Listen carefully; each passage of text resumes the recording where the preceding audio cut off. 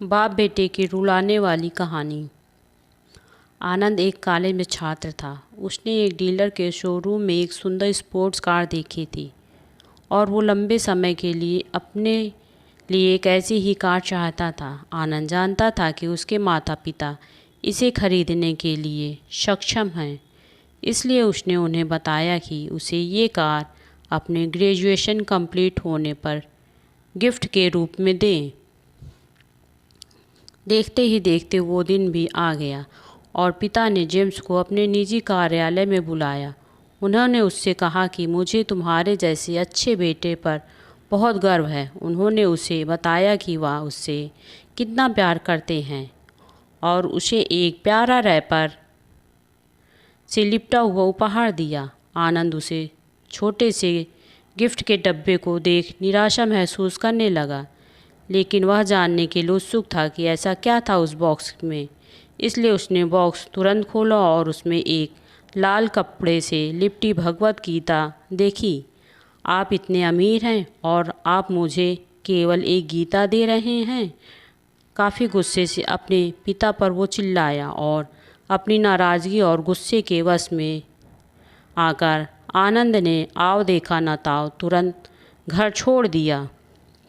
काफ़ी साल बीत गए। आनंद अब एक सफल व्यवसायी बन गया था। वह अपने जीवन में खुश था। उसकी शादी हो चुकी थी और उसके 2 बच्चे थे। उनका परिवार एक सुंदर घर में रहता था, लेकिन उसके पिता के साथ टूटे रिश्तों के कारण उसकी आत्मा अभी भी आहत थी। आनंद अपने पिता का घर छोड़ने के बाद कभी उनसे मिलने नहीं गया था। आनंद को उस दिन के बाद अपने पिता को ना मिलने का पछतावा हमेशा रहता था, क्योंकि एक दिन उसे एक पत्र मिला जिसमें उसके पिता के निधन की खबर थी और साथ ही यह बताया गया था कि उन्होंने अपने जीवन भर की पूंजी वसीयतनामा के अनुसार अब आनंद के नाम कर गए थे। अपने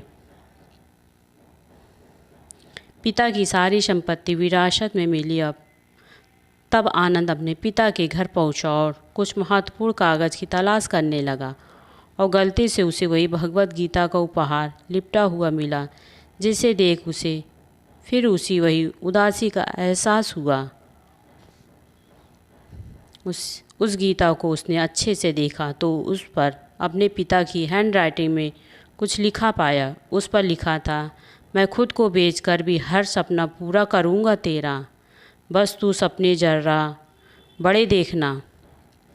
ये बोल रहा बाप, नहीं जिंदगी का सबसे पहला दोस्त तेरा।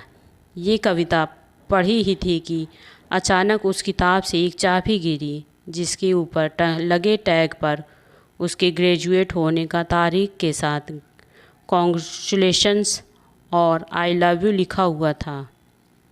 आनंद के सर के ऊपर से उसके पिता का साया तो पहले ही उठ चुका था और आज उसकी ज़िंदगी की सबसे बड़ी गलती के बारे में जानकर उसके पैरों के नीचे से ज़मीन भी खिसक गई थी। इस दिन आनंद की आंखें और रूह दोनों पछतावे के आंसू रोई। Thanks for watching. Please like share and subscribe कर दीजिए। Thank you.